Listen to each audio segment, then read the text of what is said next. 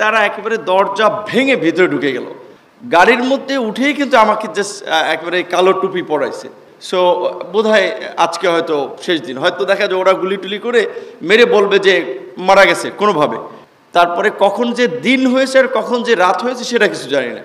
আমার হাত এভাবে বেঁধে পেছনে ঝুলালো, পায়ের একেবারে এইটাতে পিটায়, এইটাতে, তারপরে আপনার এইখানে যে মাসেল এইখানে পিটায়, তারপরে সত্যিকার অর্থেই আপনার বলছেন নিতম্বে এখানে পিটায়।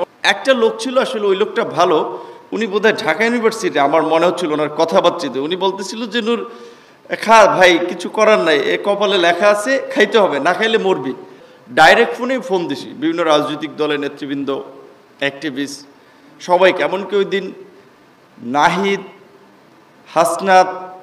হাসনাতের সাথে এক্স্যাক্টলি কথা ছিল আমার খেয়াল নেই, তবে সার্জিস আর নাহিদের সাথে কথা হয়েছিল, এটা আমার স্পষ্ট মনে আছে। যেই কারণেই তখন ওই ডিবি হারুন গ্রেপ্তারের পরে বলেছিল যে দুই সমন্বয়কে নিয়ে সরকার পতনের ছক এঁকেছিলেন নূর।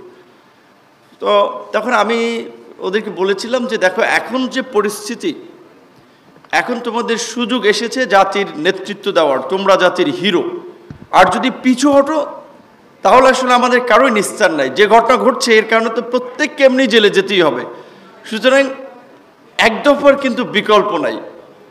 তো এবং আমার যার সাথেই কথা বলার মোটামুটি আমি বলেছি, এবং আমি ধরে নিয়েছিলাম যে হয়তো আজকে অ্যারেস্ট হতে পারি। কথা বলে শেষ করছি আপনার তখন 1:15 বাজবে, ঘুমাই নাই, জাস্ট বিছানায় যেটা বলে আর কি সমুদ্র গা এলিয়ে দেওয়া ওরকম জাস্ট ছিলাম। তারপর দরজায় ধাক্কাধাক্কি শুনতে পেলাম। কিছু বুঝে ওঠার আগেই, আসলে প্রস্তুতি নেওয়ার আগেই তারা একেবারে দরজা ভেঙে ভিতরে ঢুকে গেল। আর আমি তখন একটা ট্রাউজার পরা ছিলাম, এবং আমার বাসায় একটা, যেটা হয় আমরা একটু রাতে পুরানো কাপড় পরে ঘুমাই, একটা প্লো শার্ট ছিল, এবং আমার একটা ছোটো বাচ্চা আছে, কারণ যত প্রস্রাব করে দেওয়ার ফল আমার ফিল হচ্ছিল বাম পাশে এক সাইড একটু ভিজা। তো আমাকে জাস্ট কি বলবেন যে আপনার শিকার যেভাবে ধরে, চিল যেভাবে সবল মেরে, ঠিক ওইভাবে এমনভাবে ধরছে এখানে একটা মানে টি শার্টের বলা চলে প্লো শার্টে একটা বাটন ছিঁড়ে গেছে। তখন আমি বললাম ভাই এটা একটু পড়ছে বসে, আমি একটু চেঞ্জ করে নিই। পরে আসলে এই কথা বলার পরে ওইখানেই কার্যত আমাকে, ওইখানে আমাদের বাসায় একটা অড্রপ আছে, ওটার সাথে এমনভাবে ধাক্কা মেরেছে, তো মানে হচ্ছে মানে ওই গেট দিয়ে বের করার জন্য। বুঝছি যে ওদের সাথে আর কোনো কথা বললে শোনা হবে না। তখন আমার ওয়াইফ তো আমার হাত ধরে রাখছে, শরীর ধরে টানাটানি করতেছে। তখন আমি তাদের সান্ত্বনা দেওয়ার চেষ্টা করলাম যে আসলে কিছু হবে না, ওরা নিবেই, সো বি ইজি। এখান থেকে টানা হেঁচড়া করে বাসার নিচ পর্যন্ত আমি জুতা, পরে বলছি আমি জুতাটা পরে নেই, খুব রাফ ভাষা, অনেকে যেটা বলছে খুব বলার মতো না, খুব জুতাও পরার সুযোগ দেয় না, এক প্রকারের টেনে আসলে জাস্ট নিচে নামালো। প্রিজন ভ্যান না, আমি ততক্ষণ পর্যন্ত চোখ খোলা ছিল, আমি দেখেছিলাম র্যাব ছিল, তাদের সাথে ডিবি ছিল, আর সাধারণত নিয়ম যে যেখানে তারা অ্যারেস্ট করতেছে পুলিশও থাকে দু একজন। গাড়ির মধ্যে উঠেই কিন্তু আমাকে জাস্ট একেবারে কালো টুপি পরাইছে। তখন আসলে আমার তো এই ধরনের এক্সপিরিয়েন্স হয় নাই। তখন আমি ভেবেই নিয়েছিলাম যে এমনি এই ধরনের পরিস্থিতি, বিভিন্ন জায়গায় বিল্ডিংয়ের ছাদ থেকে গুলি লেগে মানুষ মরছে, সো বোধহয় আজকে হয়তো শেষ দিন, হয়তো দেখা যায় ওরা গুলি টুলি করে মেরে বলবে যে মারা গেছে কোনোভাবে। কারণ ওই সময় তো টেলিভিশন, পত্র পত্রিকায় তারা যেভাবে বয়ান বা ন্যারেটিভ দিবে ওইভাবে তারা লিখবে। আমি তখন আপনার আসলে কার্যত যেটা মুসলমান হিসেবে আমরা দোয়া দুরুদ পড়তেছিলাম, আল্লাহর কাছে ক্ষমা চাইতেছিলাম যে বোধহয় এটাই লাস্ট দিন। কতক্ষণ পরে গাড়ি স্টার্ট করলো, খুব হাই মিউজিক, আমি জানি না, অর্থাৎ পরে আমি বুঝতে পারছিলাম যে আমাকে কোথায় নিয়ে যাওয়া হচ্ছে। মানুষের সেন্সে অনেক ক্ষেত্রে ধরেন একটা পরিচিত জায়গা দিয়ে আমাকে যদি হাতিরঝিল কিংবা গুলশান কিংবা ধানমন্ডির দিকে নিয়ে যাওয়া, অনেক এলাকা আমরা ওই এলাকার গাড়ির হর্ন, সাউন্ড, বিভিন্ন প্রেক্ষাপট, নীরবতা, এগুলো দেখে আমরা ট্রেস করতে পারবো যে হয়তো আমি এই এলাকায় আছি। এই কারণে বোধহয় খুব হাই মিউজিক দিচ্ছে, কারণ না হলে তো মিউজিক দেওয়ার কথা না। তারপরে রাতে যেখানে নিয়ে গেল ওই চোখ বাঁধাই অবস্থায়, এবং আপনার ওই যেই আয়নাঘরের যে চিত্রটা দেখালো, ঠিক আসলে এরকম সাইজেরই ঘর, পাশে এক কোনায় বাথরুমের ব্যবস্থা আছে। আমার তো ওইখানে যে হ্যান্ডকাপ পড়েছে, যে হ্যান্ডকাপ সহ চোখ বাঁধা, ওই অবস্থায় আসলে আমি রাত্রে আপনার নিচে, তারপরে কখন যে দিন হয়েছে আর কখন যে রাত হয়েছে সেটা কিছু জানি না, কিন্তু নেয়ার পরেই আমাকে ওই জিজ্ঞাসাবাদের জন্য চেয়ারে, এটা তো থানায় না, কিন্তু এটা ওই যে নিয়েছে কোথায় নিয়েছে আমি জানি না, ওইখানে খুব উচ্চ শব্দে আসলে অলওয়েজ আমার মনে হতো লাইক মেশিন চলতো, যেন বাইরের কোনো কিছু সম্পর্কে টের না পাওয়া যায়।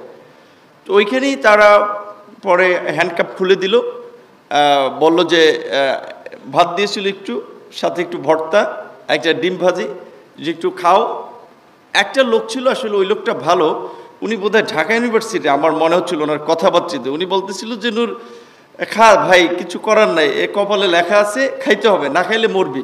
তো এইটা একটা মানে কি বলবেন, আপনার সম্পর্কের জোর থেকে এরকম কথা বলা। তো তখন আমি মনে করছি এই লোকটা একটু ভালো, উনি খাবার টাবার দিয়ে যায়। আমি তো ওখানে 2 দিনের মতো ছিলাম, একটু বোঝার চেষ্টা করছিলাম, ভাই আপনারা কি জোর করে নিয়ে আসছে এবং এই কাজে ব্যবহার করতেছে, নাকি আপনি উইলিংলি করতেছেন? সে কিছু বলে নেই, বলছে যে কপালের লিখন এক সময় জানবি। এ বলছে মহসিনুলের ক্যান্টিনে আলমগীরের চেয়ে কিছু খাবার সেম আছে, ও খারাপ না একেবারে। তো মহসিনুলের ক্যান্টিনে আলমগীরের কথা বলতেছে, তার মানে উনি এর সাথে পরিচিত। তো একবার আমার ওই আপনার একবার জিজ্ঞাসাবাদের জন্য যারা আসছিল তাদের আসার আগে চোখ বেঁধে নেয়, দেখতে দেন।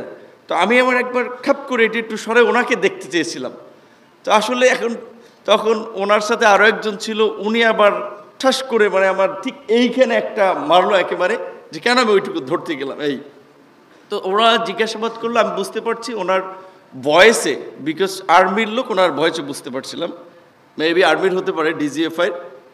এবং উনি আমার পরিষ্কারভাবে বললো যে তুমি খুব সাহসী মানুষ আমরা জানি, সো স্ট্রেট ফরওয়ার্ড বলো, এই যে আপনার বিটিভিতে এই আগুন দিয়েছে, এই পরিকল্পনা কারা করেছে, মেট্রোতে আগুন এটা কারা করেছে, এবং যুবদলের এই রবিউল ইসলাম নয়ন, ওর সাথে তোমার কতদিন ধরে পরিচয়? প্রকৃত অর্থে যুবদলের নয়ন, তাকে আমি আগে চিনতাম না, এই পরিস্থিতির পরে চিনি। কিন্তু তার জন্য আমাকে বলছিল এরা একটা নেক্সাস, যে জানি তুমি রবিউল ইসলাম নয়ন, শিবিরের ছেলেরা, এই নাশকতা সব তোমরা করছো। তো তাদের যেটা নিয়ম, আসলে কিভাবে কি করছে অনেক কিছু বলা যায় না, সিম্পল খেলে এইটুকু, আমি তো কখনো আমার হাত এভাবে বেঁধে পেছনে ঝুলালো, পায়ের একেবারে এইটাতে পিটায়, এইটাতে, তারপরে আপনার এইখানে যে মাসেল এইখানে পিটায়, তারপরে সত্যিকার অর্থেই আপনার বলছেন নিতম্বে এখানে পিটায়, মানে ওদের একটা টেকনিক আছে তো কোন জায়গায় কি করবে, তারপরে এইখানে।